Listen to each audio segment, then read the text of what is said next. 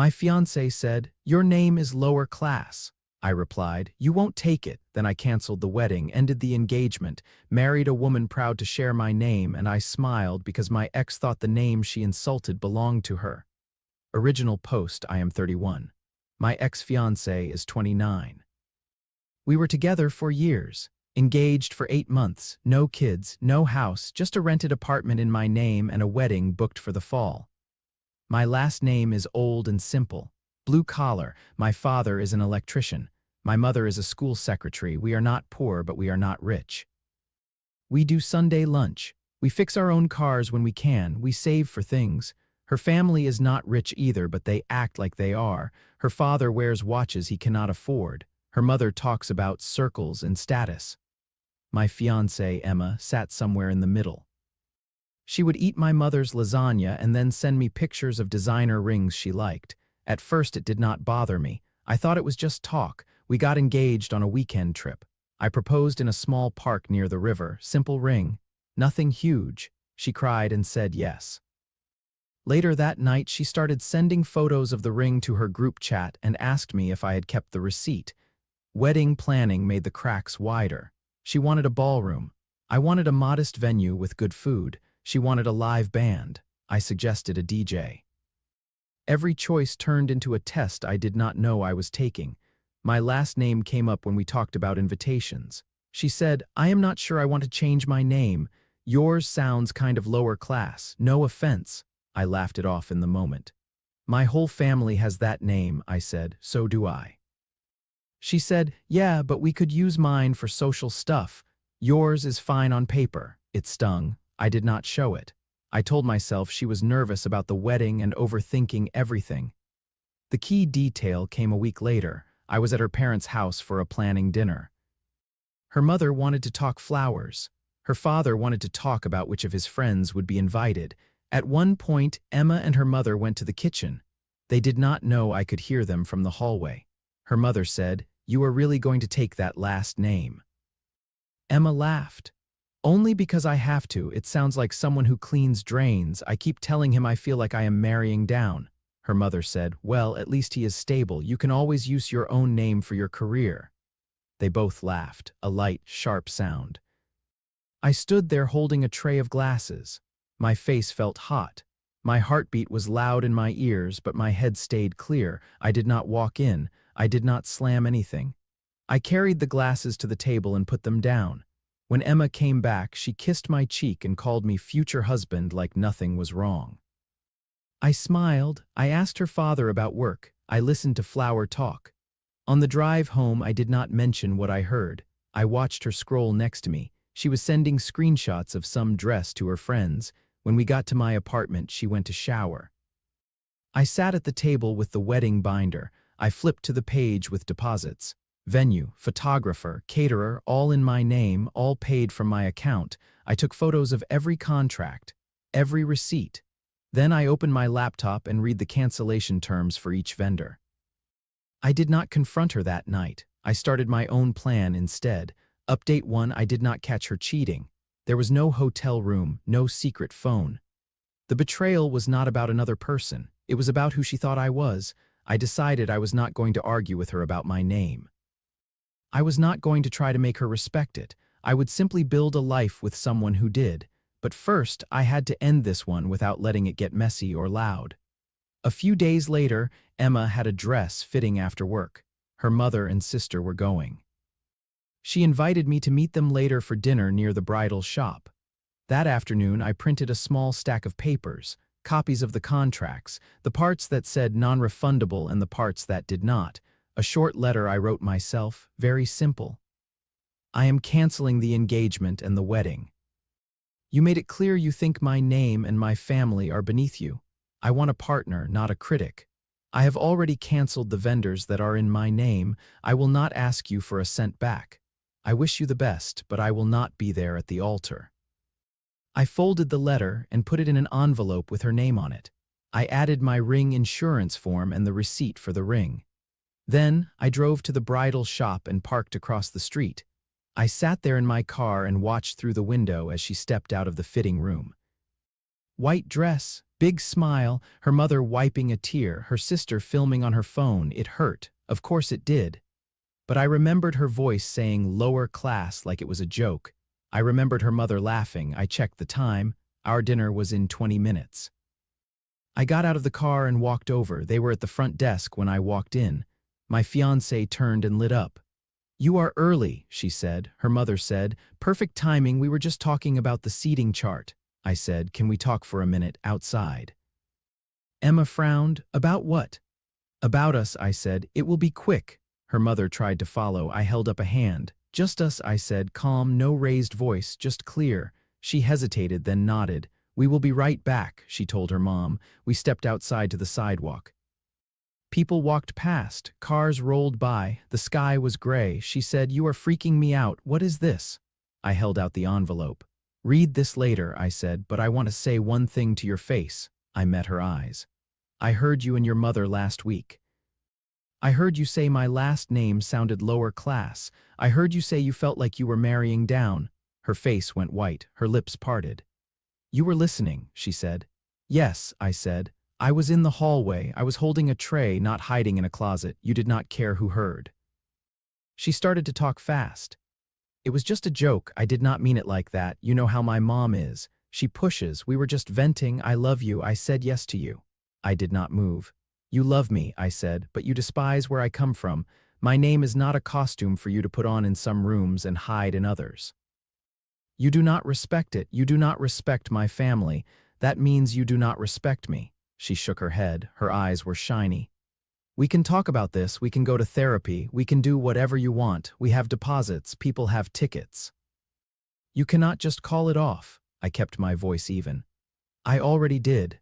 The vendors in my name are canceled. You can read the details inside. I am not asking for money back from you or your parents. Consider it the price of a lesson." She reached for my arm. "Stop, you cannot. This is just cold feet. You are making a huge mistake." I stepped back. "My mistake was ignoring who you are when people like you think no one is listening." She started to cry for real now. "Please do not do this. I already told everyone. My coworkers know. My cousins know. You are going to humiliate me." "You did that yourself," I said. "When you laughed at my name with your mother like I was a stain you could wash off." A woman walking by glanced over, sensed the tension, and hurried past. I lowered my voice even more. "I am not going to shout," I said. "I am not going to blame you on social media. I am not going to drag your name through the mud. I am simply not going to marry you." She stared at me like she was waiting for me to take it back. When I did not, she whispered, "So that is it." "That is it," I said. "You can keep the dress if you want. Sell it, burn it, I do not care. We are done." I turned and walked back to my car. Her mother was waiting at the door of the shop with questions all over her face. I walked past her without stopping. I drove home. When I got there, I took the framed engagement photo off my shelf and put it in a box. Then I emailed the last vendor on my list to confirm the cancellation. Update 2, the fallout started that night. Emma called me 10 times. I let it go to voicemail. She texted me walls of words. I did not answer. I had said what I needed to say. Anything more would be noise. The next day, my aunt sent me a screenshot. Emma had posted a long, vague status about being abandoned and men who cannot handle a strong woman with standards. Her friends filled the comments with support. Her cousin called me spineless in a reply. I did not respond. I muted her accounts and blocked her number. I called my parents instead and told them the truth. My mother listened. Then she said, "If she thinks our name is beneath her, she never belonged in this family." My father said, "We will cancel our flights. You did the right thing. We are proud of you." That was enough for me. Emma did not stop. She started texting my sister from different numbers. She said I had anger issues. She said I threw things. My sister laughed when she read me the messages. "You are the calmest person I know," she said. The lies grew. Emma told some mutual friends I had cheated on her. She said she found messages. When people asked to see them, she said she had deleted them for her own healing. Then she tried a different angle. She emailed my boss. In the email, she wrote that I had emotional control problems and hinted that I had been unstable and scary during the breakup. She said she just wanted to warn my workplace. My boss called me into his office and showed me the email. I did not panic. I had expected something like this the moment she started lying to friends. I handed him a folder I had prepared. Copies of the vendor cancellations with dates, a copy of my letter, a short timeline. Calm, clean, I said. We had a class difference issue. She insulted my family. I called off the wedding. She is angry. I wanted you to see both sides in case she tried something like this. He read the pages, then he pushed them back. You are good at your job, he said, and I have never seen you raise your voice at anyone here. I am going to delete her email. If she contacts the company again, HR will handle it. Her attempt to use my career as leverage failed. A few weeks later, I heard new rumors. She had started seeing someone else, a guy from her gym. The story was that he made more money, had a better last name, and drove a car her mother approved of. Good for them, I thought. They deserved each other. It only got messy when I met someone new of my own. About 9 months after the broken engagement, I met Lena at a friend's birthday. She was 28, worked in a library. Her father was a mechanic. Her mother ran a small bakery. When she heard my last name, she smiled. Oh, like the old hardware store on Elm, she said. My grandfather used to say those people were solid. That one line hit me harder than any insult Emma had ever thrown. We started dating. Slowly, no engagement talk, no pressure, just dinners, walks, and simple nights in. About a year into dating, my sister posted a group photo on social media. It was my parents, my sister, her kids, me, and Lena. Lena stood next to me with her hand on my shoulder. Emma saw it. I know she did because the next day the messages started again. This time they were worse. She sent me emails from burner accounts accusing me of cheating on her the whole time. She tagged me in vague posts about abusers who hide behind quiet smiles. She even sent a message to Lena's work account saying she should ask him why he really called off his wedding. Lena showed me the email. Her hands shook a little, but her eyes were clear. Do you want to tell me the story? She asked, so I did, all of it, the kitchen talk, the dress shop. The name insults, the smear campaign. When I finished, she said, I am sorry you went through that. For what it is worth, I like your last name, I like your family, I am not scared of being seen with either. That same night, I started documenting everything Emma had sent in the last month. Every fake account, every post I could see, I put it in a folder labeled for lawyer. The next day, I made an appointment with an attorney who handled harassment and restraining orders. I laid out the timeline. I showed him the emails to my job, the messages to my sister. The new ones to Lena. He nodded as he read. This is not just venting, he said. This is a pattern. You are within your rights to ask the court to tell her to back off. We filed for a restraining order based on harassment and targeted contact. When she got served, she lost her mind online. She wrote a long post about being silenced and punished for telling the truth. She called me a coward. She called Lena a homewrecker, even though our first date happened months after I had walked away from the wedding. None of it mattered in court. The judge read the messages and looked at the dates. This is not healthy, he said. You will not contact him, his partner, or his family again. No emails, no posts that name him, no showing up at his work or home. Do you understand? She tried to cry, but he cut her off. Do you understand? He repeated. She said, yes. When we walked out of the courtroom, Lena squeezed my hand. My phone felt light in my pocket. For the first time since the engagement, I felt like I had full control of my own life again. Update 3, a year and a half later, I proposed to Lena. I did it at my parents' house in the backyard after Sunday lunch. Simple ring. Simple words. My father grilled. My mother cried softly. Lena said yes. She smiled at my mother and said, I cannot wait to share your last name. She said it like a gift, not a burden. We set a small date, modest venue, good food, people we loved, no one posturing about status. The restraining order against Emma was still in place. She was not invited. Her name did not come up in planning. 2 weeks before the wedding, she tried to push her way back into my story anyway. She sent an email to my work from a new account. It was short. I heard you are getting married again. I think we should talk. You owe me closure. Meet me at the coffee shop on 8th, or I will show up at your wedding and tell everyone who you really are. I read it twice, then I forwarded it to my lawyer and to my boss. After that, I replied with one line, "You are under a restraining order, do not contact me again." She sent a second email, longer. "We were supposed to build a life, I was just scared, you ran away, you replaced me.